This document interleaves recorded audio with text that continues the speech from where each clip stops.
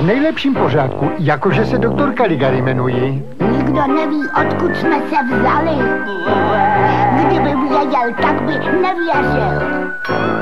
Lenda, děti, ty by se nás báli. Protože jsme Ale paní kolegyně...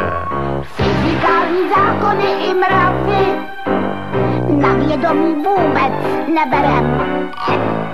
Existujem v prostoru i tady, protože jsme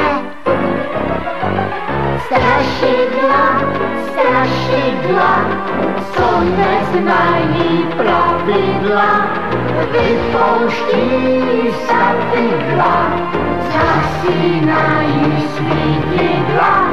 Strašidla, strašidla, co neznají platidla, klesají pobydla, popíjejí pojídla.